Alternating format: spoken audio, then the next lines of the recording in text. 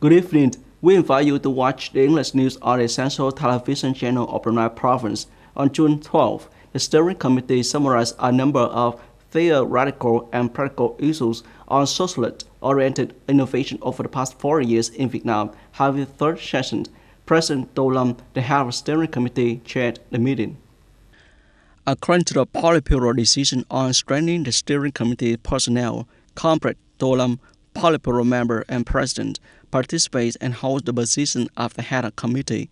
President Do Lam emphasized that after 4 months of operation, the steering committee has carried out a large amount of work. He urged the committee to base their studies on detailed outlines, summary reports from various groups, directives from Politburo, and feedback from the 9th Central Committee Conference. This is to identify new issues arising from both domestic and international practices, and to creatively apply them to the country renovation process. In particular, President Do Lam proposed that theoretical issues derived from summarizing 4 years of innovation should pave the way for entire party, people, and military to overcome difficulties, seize opportunities, and clear cognitive obstacles. This includes clarifying theoretical breakthroughs and providing scientific basis for planning development policies. Emphasizing the importance of this task, President Do Lam expressed his hope that members of the steering committee will uphold their sense of responsibility to best fulfill the duties assigned by Central Committee, the Politburo, and General Secretary Nguyễn Phú Trọng. The Ministry of Finance has recently issued Circular Number 32, which promulgates the Vietnamese violation standards for market-based, cost-based, and income-based approaches. The circular will take effect on July 1st. Accordingly, the circular specifies that a market-based approach determines the value of appraised assets by comparing them with similar assets that have available market price information. In cases where enterprises are appraised, additional price information of the appraised assets themselves can be utilized. The circular also clarifies that comparative method determines the value of appraised assets based on the comparison, analysis, and evaluation of the comparable factors between appraised assets and comparative assets. This method involves adjusting the prices of comparative assets to estimate the value of appraised assets. Within the framework of the 2024 Long Can Fruit Festival season, on June 12, the Center for Culture, Information, and Sport collaborated with Long Can City Photography Club held the opening of a photo exhibition with the theme Long Can Connects Happy Seasons.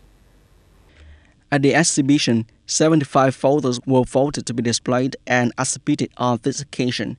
All exhibited photos showcase the activities of fruit garden tourism in Long Can City over the years.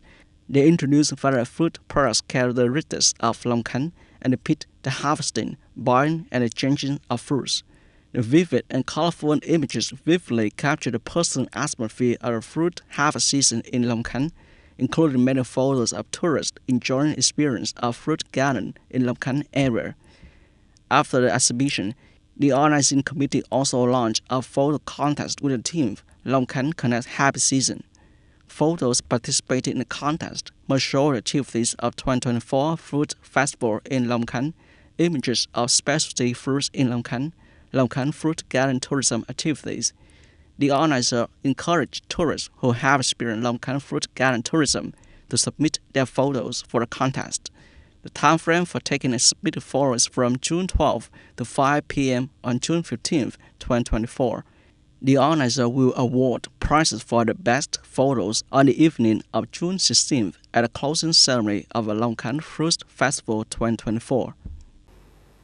In an effort to garner support ahead for early legislative elections, on June 12, French President Emmanuel Macron held a press conference in the capital, Paris, urging politicians and voters from both the left and the right to unite to defeat the far right.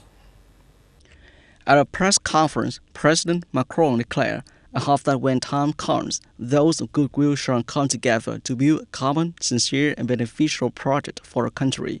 He also dismissed the possibility of resigning if the far-right National Rally (RN) led by politician Marine Le Pen wins the legislative elections. scheduled to take place on June 30th and July 7th. President Macron stated that his call for early legislative elections was to prevent the far right from winning the presidential election in 2027. He also criticized the right-wing Republican Party for announcing its readiness to align with RN in the upcoming election. On June 10th, the result from European Parliament elections showed that RN had won twice as many votes on the ruling Renaissance Party. This outcome prompted President Macron to call for early parliamentary elections to curb the rise of far-right. The Thai Constitutional Court has announced that it will hear the case against Prime Minister Srettha Thavisin on June 18th concerning the appointment of politicians who were previously prison sentenced to the cabinet. Previously, the Thai Constitutional Court accepted a lawsuit filed by a group of 40 interim senators. The lawsuit requests that the court examine whether Prime Minister Thavisin and Mr. Pachit Chobang, whom the Prime Minister appointed as a Minister of the Prime Minister's office during a late April cabinet reshuffle, should be dismissed under the Constitution concerning the ethics of cabinet ministers. Mr. Pachit resigned just before the court announced it would accept the lawsuit, while Prime Minister Thavisin submitted his defense to the court on June 7th. Additionally, on June 18th, former Prime Minister Thaksin Shinawatra, who was recently pardoned, is scheduled to meet the prosecutors to face charges of insulting monarchy. You have just watched the English news on the Essential Television channel of Brunei Province. Goodbye and see you again.